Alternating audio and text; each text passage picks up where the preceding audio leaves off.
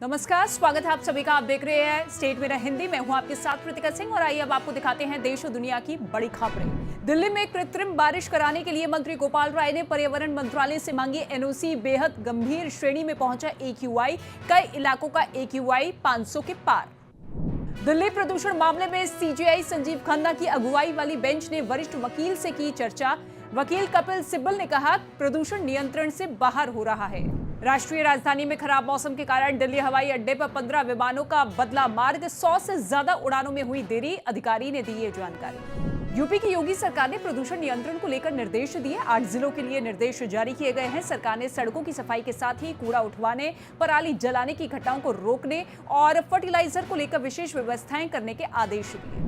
UP में AIMIM प्रमुख असदुद्दीन ओवैसी ने जनसभा को संबोधित किया और फिलिस्तीन का उदाहरण देकर मुसलमानों को लामबंद करने की कोशिश की है। ओवैसी ने यहां सड़क, बिजली, शुगर मिल की क्षमता बढ़ाने, अस्पताल और बच्चियों के लिए डिग्री कॉलेज न होने का मुद्दा उठाया। अयोध्या दौरे पर सीएम योगी आदित्यनाथ विकास योजनाओं की समीक्षा करेंगे। सीएम योगी चुनाव प्रचार के बाद अयोध्या जाएंगे सीएम। सपा ने इलेक्शन कमीशन को लिखा पत्र, मांग करते हुए कहा मतदान के दौरान बुर्का हटाकर ना हो मुस्लिम महिलाओं की चेकिंग। अनिल देशमुख पर हमले को लेकर संजय राउत का देवेंद्र फडणवीस पर बड़ा आरोप। संजय राउत ने प्रदेश की कानून व्यवस्था को लेकर डिप्टी सीएम देवेंद्र फडणवीस को घेरा। उन्होंने कहा कि बीजेपी दंगा कराना चाहती है लेकिन दंगा नहीं होगा। तिरुपति मंदिर में अब लाइन में लगने की टेंशन खत्म हो गई है। देवस्थानम बोर्ड ने श्रद्धालुओं के हित में फैसला लेते हुए नए नियम बनाए हैं, जिसके तहत अब सभी भक्त 2 घंटे में ही दर्शन कर लेंगे।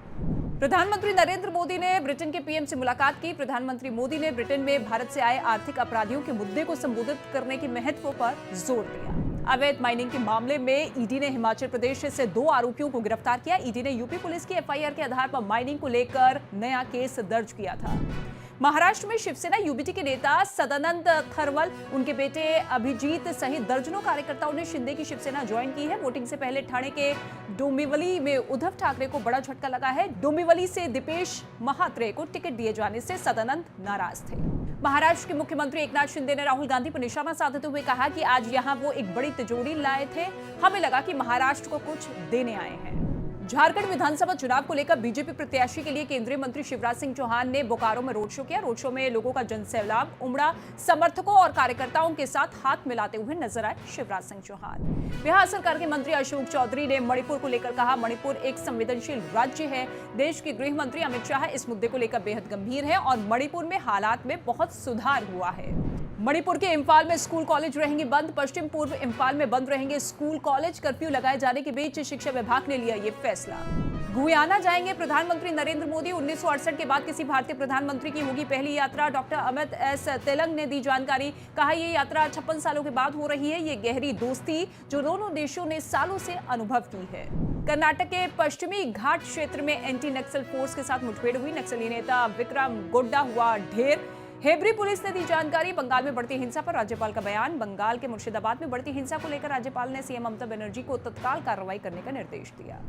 मध्य प्रदेश के बालाघाट में भारतीय जनता युवा मोर्चा जिला अध्यक्ष भूपेंद्र सुहागपुरे के खिलाफ गंभीर आरोप। नेता की सगाई में बवाल हुआ। टीचर गर्लफ्रेंड ने बुलाई पुलिस। दर्ज हुआ रेप का केस, टली शादी। गुजरात में 6 लोगों की मौत हुई। भरूच में हुआ भीषण सड़क हादसा। खड़े ट्रक से भिड़ी इको कार। इजराइल ने लेबनान में फिर किया हमला। मध्य बेरूत में दूतावासों और सरकारी मुख्यालय पर दागे गए रॉकेट। घनी आबादी वाले आवासीय क्षेत्र जौक अल ब्लाट पर गिरे 2 रॉकेट। भारतीय तट रक्षक बल ने पाकिस्तानी जहाज से 7 भारतीय मछुआरों को बचाया। समंदर में 2 घंटे की कड़ी मशक्कत के बाद भारतीय तट रक्षक बल को यह कामयाबी मिली। पेट्रोलिंग पर निकले ICG जहाज। ई कॉमर्स दिग्गज अमेजन और फ्लिपकार्ट की बड़ी मुश्किलें। ई कॉमर्स कंपनियों के अधिकारियों को ईडी ने तलब किया। कंपनियों के 19 ठिकानों पर तलाशी अभियान जारी। रामचरण आंध्र प्रदेश के कडप्पा पहुंचे और AR रहमान से किया वादा पूरा किया। वो राष्ट्रीय मुशायरा गजल कार्यक्रम में गेस्ट के तौर पर पहुंचे और फिर दरगाह में दुआ मांगी। वहां एक्टर के लिए भारी भीड़ उमड़ पड़ी।